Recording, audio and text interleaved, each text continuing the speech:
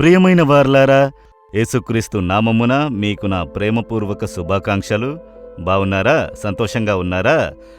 ఈ స్థలమును చూస్తున్నారు కదా, అందమైన కొండల ప్రదేశము. అక్కడ చిన్న చిన్న నావలు ఉన్నవి. ఈ సముద్రము, ఇది వచ్చి ఎర్ర సముద్రము, రెడ్ సీ అని చెప్తాం కదా, ఐగుప్తు దేశంలో ఉన్నది. ఎర్ర సముద్రం అన్న వెంటనే జ్ఞాపకం వస్తోందా? మోషే ఇశ్రాయేలు ప్రజలను నడిపించుచూ వచ్చినప్పుడు ఈ సముద్రమును దేవుడు చీల్చి వాటికి మధ్య నడిపించారు కదా. ఇప్పుడు దేవుడు మీకొక వాక్కునిచ్చుచున్నారు. ఏ వాక్కో తెలుసా? మీకా 7వ అధ్యాయము 15వ వచనము. ఐగుప్తు దేశములో నుండి నీవు వచ్చినప్పుడు జరిగినట్లుగా నేను జనులకు అద్భుతములను కనబరుతును. దేవుడు చెబుతున్నారు, నా కుమారుడా, నా కుమార్తె, నీకు అద్భుతములను నేను చూపింతును. అద్భుతము అంటే ఏంటి? ఓ, ఇలా కూడా జరుగునా? అద్భుతంగా ఉంది అంటారు కదా. ఇదేంటి గొప్ప విషయం, ఇది సాధారణంగా జరిగేది కదా అంటే అది ఆశ్చర్యం కాదు. ఇలా కూడా జరుగుతుందా అని అడుగుతారు కదా. మీ జీవితంలో అది జరగబోతోంది. ఎందుకంటే ఏదో ఒక సమస్య, పోరాటము, వ్యాధి అయి ఉండవచ్చు, అవసరమై ఉండవచ్చు, ఒక మనుషుని వలన ఉపద్రవమై ఉండవచ్చు, ఇబ్బంది అయి ఉండవచ్చు, మీ ఇంట్లో, బిజినెస్లో, ఉద్యోగంలో, చదువుకునే స్థలంలో, సేవలో ఏదో ఒక కార్యము కదా. ఒక అద్భుతము జరిగితేనే కదా ఉన్నదని చెప్పినట్లుగా ఉన్నదా? ఐగుప్తులో నుండి బయలుదేరిన దినము మొదలుకొని జరిగినట్లుగా నీకు అద్భుతములు కనబరుతును. ఐగుప్తు దేశంలో ఇశ్రాయేలు ప్రజలు వచ్చినప్పుడు ఏమద్భుతం జరిగినది? నిర్గమాకాండము 14వ అధ్యాయమునకు మీరు వచ్చినప్పుడు ఆ అద్భుతమును చూడగలము. ఇశ్రాయేలు ప్రజలు వచ్చి దాదాపు 30 లక్షల మంది, భార్య, భర్త, పిల్లలు, వారి మృగజీవులు, వాటన్నిటినీ దేవుడు బానిసత్వం నుండి బయటకు తీసుకొచ్చాడు. మోషే నడిపించుచున్నారు. వారు వచ్చి ఈ ఎర్ర సముద్రం ఒడ్డున దండు దిగారు. ఈ స్థలము కాదు, ఇది ఐగుప్తు యొక్క ఇంకో ప్రాంతం నుండి మేము మాట్లాడుచున్నాము, దాని ఇంకొక భాగమే ఇది. కనుక వారక్కడ సముద్ర తీరమున దండు దిగినారు. అబ్బా, 400 సంవత్సరాలు బానిసత్వంలో నుండి మనల్ని విడిపించిన దేవునికి స్తోత్రములు అని ఆనందముతో స్తుతించినారా? హఠాత్తుగా ఒక శబ్దము వినిపించింది. ఏమి శబ్దమని చూస్తే రథముల ధ్వని. దూరము నుండి చూస్తే ఫరో యొక్క సైన్యము, ఐగుప్తు యొక్క రాజు. ఆ రాజు ఐగుప్తు సైన్యం అంతటినీ తరలించుకుని బయలుదేరి వచ్చుచుండెను, వీరిని మళ్లీ బానిసలుగా చెయ్యాలని. ఎందుకంటే వీరే ఐగుప్తు దేశంలో ఉన్న పట్టణములన్నింటినీ కట్టినవారు. వీరిని బానిసలుగా ఉంచుకొని అన్నం మాత్రం పెట్టేవారు, పని చెయ్యాలి. కఠినంగా వారినేమో కొట్టి పని చేయించేవారు, బానిసలుగా చేసుకున్నారు. కనుక వీరి ద్వారా అన్ని పనులు చేయించారు. వీరు వెళ్ళిపోతే ఇక ఐగుప్తులో పని చేయుటకు ఎవ్వరూ లేరు, చాలా కష్టము.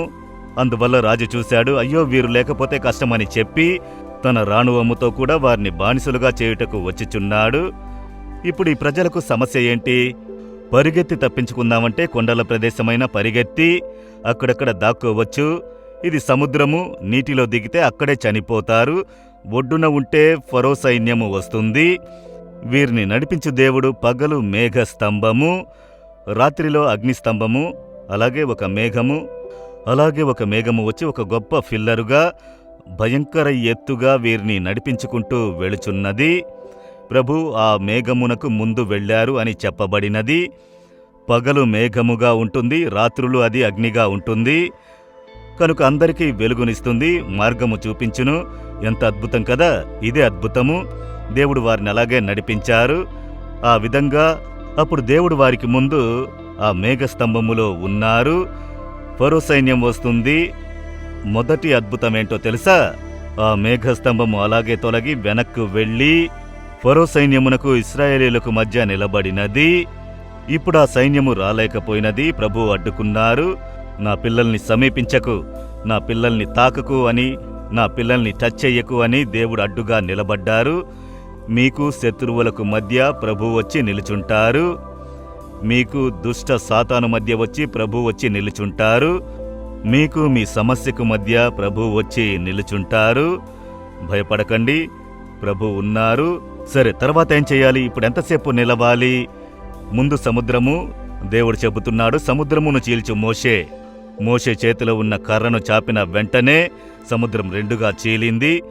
ఆరిన నేలలో 18 కిలోమీటర్లు. అలాగే మీరు మ్యాపులో చూస్తే తెలుస్తుంది. ఎర్ర సముద్రం యొక్క మధ్య భాగము, అది సుయాస్ కెనాల్. అందులో నుండి వారు మధ్యతరా సముద్రం వరకు కాలవ ఏర్పరిచారు. ఆ ప్రాంతము అది వచ్చి 18 కిలోమీటర్లు దేవుడు చీల్చినారు. 18 కిలోమీటర్ల మార్గము ఏర్పరచి దానికి మధ్య వెళ్లారు. దాదాపు 25 నుండి 30 మీటర్లు ఎంతో లోతైనది. అంత ఎత్తుగా నీరు, దాదాపు 100 అడుగుల ఎత్తు. 2 వైపులా గోడలు వలె నీరు నిలబడ్డది. ఊహించి చూడండి, నీరు గోడ వలె 2 వైపులా నిలబడ్డది. మధ్యలో వీరు వెళుచున్నారు, నీరు అలాగే నిలబడ్డది. ఎంత ఆశ్చర్యము, అద్భుతం కదా ఇది. అలాగే చూస్తూ ప్రభు అన్నిటినీ గమనించుచున్నారు.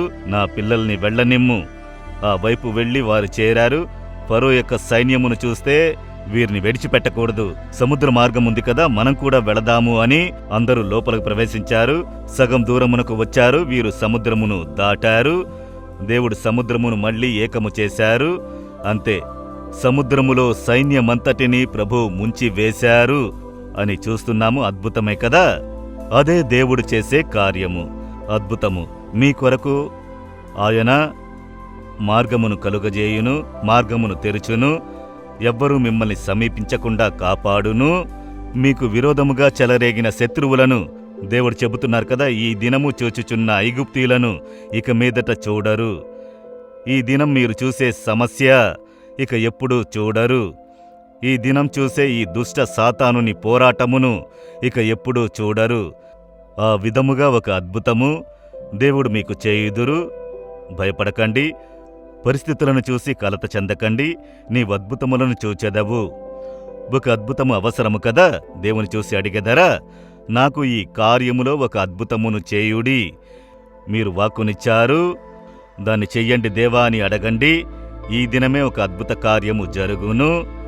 దేవా, ఈ కుమారుడు, ఈ కుమార్తె తమకు ఒక అద్భుతము జరగాలి, ఈ కార్యములో జరగాలని విశ్వాసముతో అడుగుచున్నారు. అప్పుడు ఇశ్రాయేలు ప్రజలు నీ ప్రజల కొరకు అద్భుతమును చేసినారు. వీరు మీ జనులు, మీ పిల్లలు. అద్భుతమును చేయుడి. ఈ దినమే ఒక అద్భుతమును ఈ పిల్లలు చూడాలి. అద్భుతము జరగాలి, ఆనందించాలి. నేను విశ్వసించుచున్నాను. అద్భుతము చేయుటకు ప్రారంభించారు. యేసుక్రీస్తు నామములో ప్రార్థిస్తున్నాను. Amen, amen. Jesus redeems Telugu YouTube ఛానల్ను సబ్స్క్రైబ్ చేయండి. సబ్స్క్రైబ్ బటన్ను క్లిక్ చేయండి మరియు బెల్ బటన్ను నొక్కండి. ప్రతిరోజు కార్యక్రమ సమాచారం పొందండి.